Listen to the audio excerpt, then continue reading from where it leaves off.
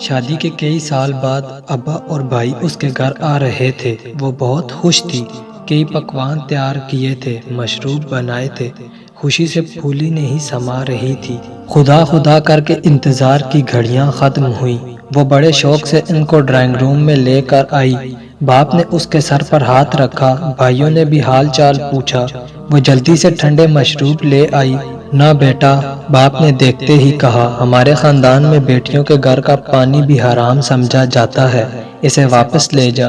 ہم تو تجھے دیکھنے آئے تھے، بس اب چلتے ہیں۔ یہ کہہ کر ابا اور بھائی واپس چلے گئے، اور اسے وہ دن یاد آ گیا جب وہ دلہن بنی بیٹھی تھی۔